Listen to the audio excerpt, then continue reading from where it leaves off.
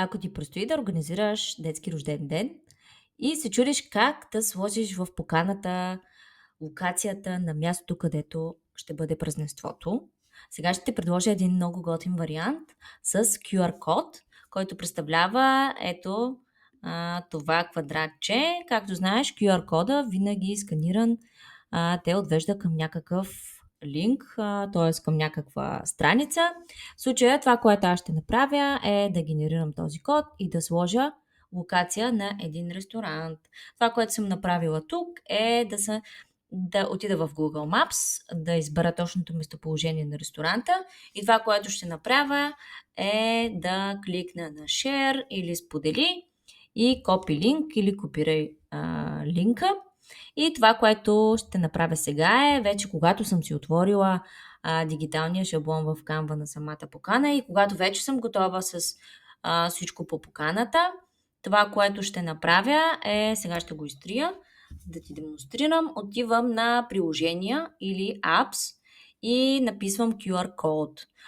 Това, което аз използвам е този, най-простия, и това, което трябва да направиш единствено е да пейстнеш или да поставиш тук в това прозорче самия линк към локацията. Разбира се, тук можеш да си избираш например да е в унисон с темата на поканата. Например, сега ще го изберем розовичко, или пък можеш обратно, т.е. това да ти е т.е. фона да ти е някакъв розов, а това, което ти е като този самата графика на QR кода, да е в черно. И сега ще видим, като си готова, просто натискаш Generate Code или генерирай кода и както виждаш, се получи доста бързо.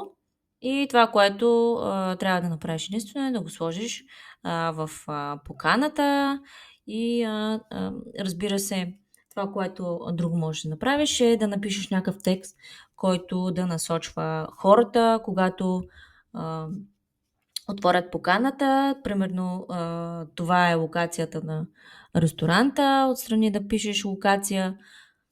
Или пък друго, което можеш да направиш също като опция е т.е. да сложиш линк към Google форма. Имам такова видео, можеш да го видиш.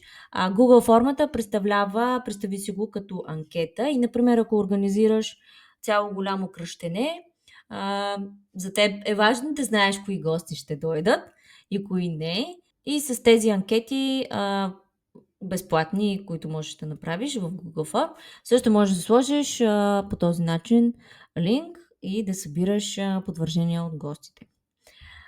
Благодаря ти, че гледа това видео. Ако ти е интересно и ако искаш да научиш още как да редактираш и персонализираш моите дигитални шаблони, гледай в канала ми още от клипчетата. Чао, чао!